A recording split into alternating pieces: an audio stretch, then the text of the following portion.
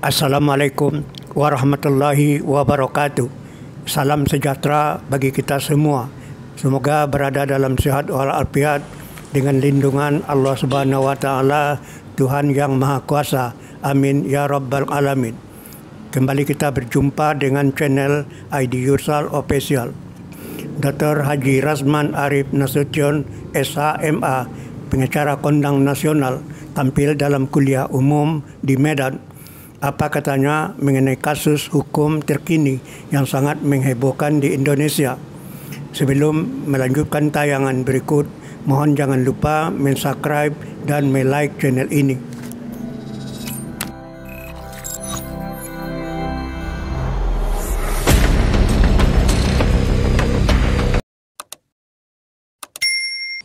Kuliah umum berlangsung di Sekolah Tinggi Ilmu Hukum Asapia Jalan Karya Wisata Medan, Jumat 19 Juni 2024, dihadiri ketuanya Dr. Haji Pangihutan Nasution, SHMSU, yang juga mantan Hakim Tipikor 10 tahun, serta Ketua Yayasan Asapia Dr. Haji Muhammad Safi'i, SHMSI, serta para mahasiswa dari semester akhir.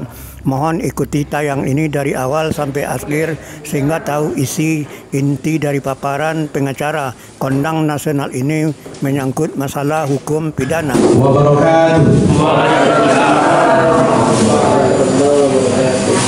Selamat siang. Bismillahirrahmanirrahim. Allahumma yassir wa la tu'assir. Rabbi atmam bil khair. Rabbana afrina sabran wa sabbit aqdamana wansurna al qawmal kafirin. Allahumma rabbana adil basa wasi al fasahi la sifat illa sifat sifat ghairu sah. Rabbi israh li sadri wa yassir li amri wa nu'lata min lisani yafqahu qawli. Yang saya hormati Ketua Umum Yayasan Pendidikan Islam Asy-Syafi'iyah di Medan, internasional di Medan, abang saya advokat Dr. Anus Muhammad Syafi'i, yang dulu adalah birokrat, sekarang menjadi akademisi dan juga praktisi hukum.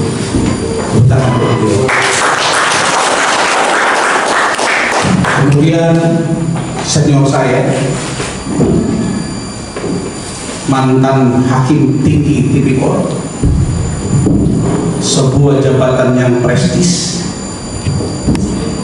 dan membutuhkan tangan-tangan orang yang bersih, pikiran yang jernih, hati yang suci dalam memutus sebuah perkara.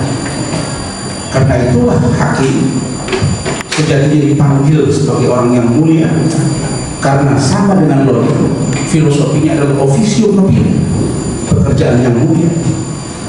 Karena itu saya melihat sampai hari ini senior saya ini, Bang Associate Profesor, kalau di Malaysia namanya Profesor Madya, Dr. Haji Pangihutan Nasution, yang saya banggai sebagai Ketua Sekolah Tinggi Ilmu Hukum Asy-Syafi'iyah Kota Medan. Juga adik-adik mahasiswa yang saya tidak sebutkan satu persatu, akan menjadi amal jariah bagi saya ke depan untuk diteruskan kepada dosen dan diteruskan kepada mahasiswa.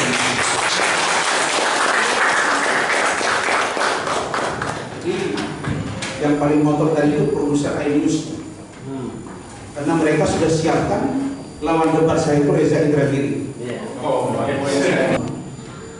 Saya ini baru diperintahkan oleh Bang Pangihutan, Kahanggi saya, kalau kami orang Mandiri, Kahanggi, karena Kahanggi anak guru Morani nggak bisa main. Itu yang selalu dilanggar oleh orang. Makanya dia sulit menghadapi saya karena dia tidak paham apa yang disebut dengan Kahanggi, anak guru Mora, kalau orang Batak Toba, elek. Bagaimana STIH Asy-Syafi'iyah Medan ini menjadi spirit of the court dari para lawyer, untuk menjadi laboratorium lahirnya para advokat-advokat muda, advokat-advokat muslim dan muslimat. Jangan lupa ya, advokat-advokat yang berakhlakul karimah, advokat yang memahami paham Ahlus Sunnah wal Jamaah,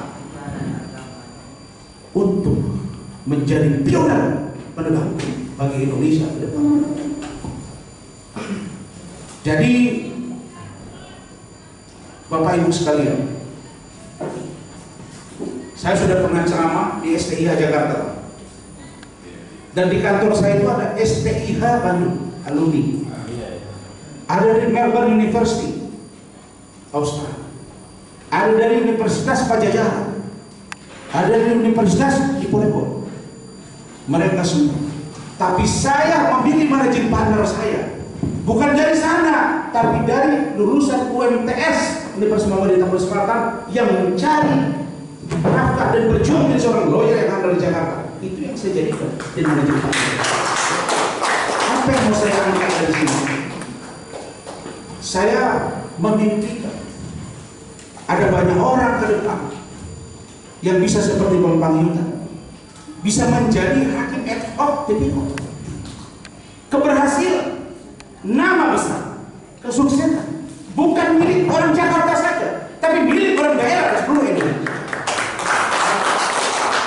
Karena itu saya menantang keras, kalau ada lawyer, ada pengacara yang bilang bahwa saya sudah hebat, saya pengacara internasional, saya kaya, saya dompet tebal, anak saya keluar sekolah di luar negeri, saya lulusan luar negeri. Menurut saya ini tidak penting untuk diucapkan kepada kamu, karena sejatinya Anda akan diukur sejauh mana intelektualitas saudara ketika saudara bersidang, berdebat, dan menyampaikan pikiran-pikiran Anda.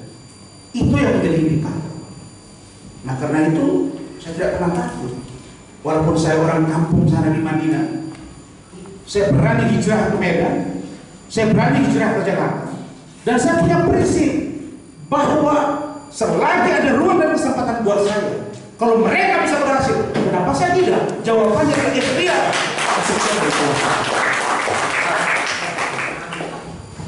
Prinsip saya gampang saja. Menurut saya, SK dan SAG yang saya dalami amat sangat bermakna dalam pendekatan dan penerapan hukum yang saya lakukan. Saya sepakat, ini namanya as-syafiyah. Dia berbasis pada agama. Karena kalau seorang lawyer berbasis pada keilmuan dunia semata, tanpa ada pemahaman ukhrawi yang kuat, maka berat bagi dia untuk bisa menerapkan antara apa yang dia pikirkan dengan hati dan putusan yang tersirat dan tersurat. Dia akan menerima semua persoalan hukum yang akan dia tangani tanpa dia memilah dan memilih mana yang harus dia tangani. Meskipun setiap warga negara berhak mendapat bantuan hukum, tentu harus menjadi pertimbangan kita untuk melakukan pembelaan. Bagi saya Bang Pamintan, bagi saya Bang Syafi'i, para dosen, Pak Wakil Ketua dan rekan-rekan saya, penanganan hukum mesti kita pilah-pilah dan pilih-pilih. Ada yang kita all out dari segi penanganannya, ada yang juga.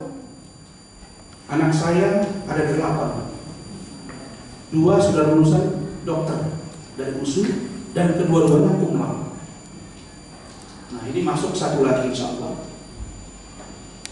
Maka karena Hotman Paris Hutapea selalu menyebut dirinya cum laude, menyebut saya orang kampung, menyebut saya orang miskin, menyebut saya banyak istri, maka seluruh yang disampaikan itu saya tanya, apakah ada lebih baik daripada saya? Mau debat? Ayo. Anak saudara dengan anak saya debat? Ayo. Anak saya mau. Kemudian penanganan hukum? Ayo. Mau mungkin kapasitas. Kasus Vina dan Eki adalah potret bagaimana keilmuan seseorang diuji. Saya Bang sudah 8 kali di News TV itu menjadi narasumber tetap.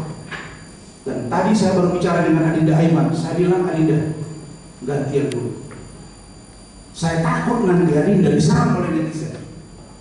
Karena negara sekarang, jangan sampai netizen menguasai pikiran dari penegak hukum. Karena dalam KUHP yang kita pelajari, alat bukti tidak termasuk pendapat netizen. Karena itu saya tentang. Tapi penegak hukum sekarang ada mantan pejabat tinggi Polri, bukan tanggung-tanggung, bintang 3, yang bernama Pak Susilo. Dia selalu menyebut kata netizen, pendukung netizen, pendekat masyarakat. Saya bilang, apakah hukum ditegakkan karena netizen atau karena fakta hukum? Beliau jawab, fakta hukum. Kalau fakta hukum, kenapa Bang selalu bahas netizen? Karena netizen, orang yang tidak kita kenal, yang kerjanya menjadi membuli orang lain, menghina, memfitnah orang lain tanpa kita kenal dia. Muka saya diganti dengan muka B2 tadi. Muka saya diganti dengan kodo, kemaluan saya dijahit. Ini netizen harus kita dengar. No. Orang yang begini harus kita tertibkan. Dan hukum sejatinya adalah rule of law on the track tanpa intervensi siapapun. Ini poin pertama. Karena itu, ketika penanganan kasus Vina dan Eki, semua praktik hukum yang token-token bicara, termasuk Bang Otto Hasibuan. Nah, bagi saya, perdebatan hari ini dengan si Anu mungkin ditonton sama Bang Tomon. Besoknya si Anu ngomong, besoknya lagi si Anu ngomong, dan itu ditanya ke saya, Bang. Kan kita tanya. Pertama, dia tanya ke kita, Bang, gimana praktis pendapat hukum? Ini. Emang siapa lawan debat saya? Kan begitu. Siapa Bang? Gimana? Oh, Sia. Besoknya lagi, siapa Sia? Siapa lagi? Siapa Sia? Tadi dibilang ada pemotong. Gimana Bang? Sia? Sangat Sia. Karena menurut saya, bagaimana kemampuan seseorang diukur adalah bagaimana dia mencermati, memahami, mengelaborasi, dan mafhum dengan makna buku yang satu, yaitu Quran. Jam terbang boleh tinggi, tapi jangan lupa terlalu tinggi bisa juga sangat jauh. Karena itu kita ingatkan. Saya senang kepada Bang Otto, saya senang kepada Bang, mempersoalkan bahwa dia bukan pelakunya, sehingga dia tidak layak menjadi tersangka. Karena tersangka bagian dari administratif. Lewati dulu proses tersangkanya benar, baru masuk persidangan. Semua proses dilalui. Proses penyelidikan, proses penyidikan, proses pemberkasan P21 tahap 1, P21 tahap 2, sampai dengan penyerahan pelimpahan. Saya yakin Bang, kalau Abang pelopori buat seminar nasional di Medan ini Bang, buat pendaftaran, kita viralkan, saya yakin akan ada ribuan orang yang mendaftar dan akan datang para pakar membedah kasus. Kenapa? Kita tidak boleh berpikir kita paling cerdas dan pintar sendirian. Saya selalu Pak moderator, setiap saya akan tampil di TV atau saya live salah satu TV swasta atau saya diminta pendapat, doorstop misalnya di televisi dan atau media lain, saya selalu diskusi dengan para pakar. Walaupun saya dokter, saya diskusi dengan polisi, jenderal, kapolda, mantan kapolda, jaksa, mantan jaksa, bintang 3 jaksa. Kita berbagi ilmu dan membedah kasus. Sebenarnya saya mau bicara nanti tentang bagaimana perspektif hukum secara cara saya. Cara saya bicara dulu ke dalam, karena saya tahu ada pendisiplinan lewat internal. Ada pro, ada karo wasit, ada karo pamina, ada irwasum, ya kan Bang? Saya masuk ke sana. Alhamdulillah ditandatangani dan selesai persoalan itu. Jadi ini Bang, tolong dikaji. Ini serius. Tidak bisa dijawab oleh Pak. Waktu saya bertelepon dengan mantan Kapolda 2 kali, Kapolda 2 kali. Begitu dibacakan putusan itu, 2 jam kemudian kami diskusi. Kita bingung. Kenapa bingung? Putusan hakim menyatakan DPO dipanggil 3 kali. Karena tidak dipanggil 3 kali, maka dianggap cacat. Putusan hakim mengatakan, Hakim Eman Sulaiman mengatakan DPO dipanggil dulu sebagai calon tersangka. Tapi putusan hakim, 3 DPO ini berkekuatan hukum tetap sebagai pelakunya. Terus disidang sama hakim. Karena tidak dipanggil 3 kali, terus dikatakan cacat. Terus batal dia sebagai tersangka. Dan dia bukan dikatakan bukan pelakunya, karena belum masuk ke pokok perkara. Sekarang dia dulu kan kayak dewa di sebagai setiap. Dia bilang dia pasang tanduk 2015. Karena pencinta klub sepak bola Crystal Palace yang bernama Wilfred Zaha. Saya search di Google, bohong dia. 2015 belum pernah. Yang namanya takut, ketahuan kan? Wah, dimaki saya di netizen. Bang, saya jujur. Demi Allah, setiap hari tidak kurang dari 5-10 makian hinaan kepada saya. Dan teror yang tidak pernah bisa habis. Dan sampai hari ini teror itu tidak ada. Karena kalau saya di video call, Anda bisa vision itu, ya sudah maju ke depan. Anda bukan ahli hukum, Anda ahli forensik digital. Tapi nggak pernah bicara forensik digital. Makanya kami 2 minggu yang lalu main sendiri. Tiba-tiba Bang, ada para pengacara PG ini podcast dengan dia. Nah, saya diungkap-ungkap, dikirim sama dia. Mas kami, tolong dilihat ini ada medikasi yang saya buka. Membahas tentang Rasman, kenapa Rasman yang diundang, kenapa Rasman bagaimana sosok. Saya bilang, Bang, abang ada apa ya? Bang, abang ini ahli forensik atau ahli psikolog? Iya. Jadi banyak orang yang berbicara di luar pengetahuan dia di kasus ini. Pernyataan dan keterangan mereka dinyatakan benar dan hakim yang salah. Kira-kira ini gila atau bagaimana? Ini mengenai Bang. Karena itulah saya katakan Pak Susno, Pak Ugroseno, mantan Wakapolri, itu juga mendukung sikap-sikap netizen ini. Saya bilang, kalau hakim menabrak putusan rekan dia sejawat, siapa yang bertanggung jawab dengan apa yang dia tabrak itu? Kalau polisi pimpinannya yang pernah bintang 3 menyatakan tindakan penyidik tidak benar, terus siapa yang harus mengoreksi mereka? Sekarang sudah terjadi putusan ada 8 orang yang sudah menjalani hukuman, 1 orang sudah pembebasan bersyarat. Setahu saya pembebasan bersyarat itu ada aturan, tidak boleh melakukan tindakan di luar yang berakibat hukum. Lah saya katakan masih PB ngomong kemana-mana lakukan PK. Kira-kira ditangkap lagi nggak apa nggak itu Bang? Dan tidak ditangkap sampai hari ini karena didukung oleh netizen. Come on. Ini kebalik-kebalik Bang. Kalau ini bisa diungkap oleh Asyadiyah luar biasa. Karena membrand itu nggak lama sebenarnya kalau kita pandai strateginya.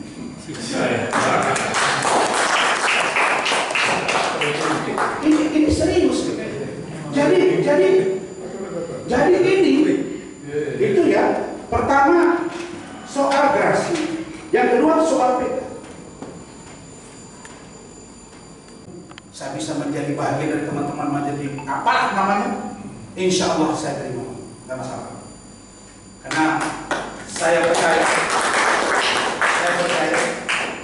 dari kampus kecil ini akan lahir pemikiran yang besar. Karena saya percaya nahoda yang ada bukan lahir dari gelombang yang tenang, tapi lahir dari gelombang yang dahsyat dan besar.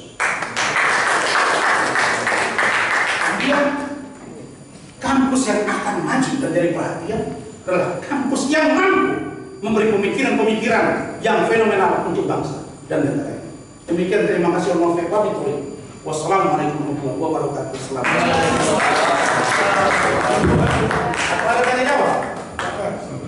Bang Rasman, izin. Demikianlah tayang kami dari channel ID Yusal Official. Terima kasih telah menyaksikan dari awal sampai akhir. Wassalamualaikum warahmatullahi wabarakatuh.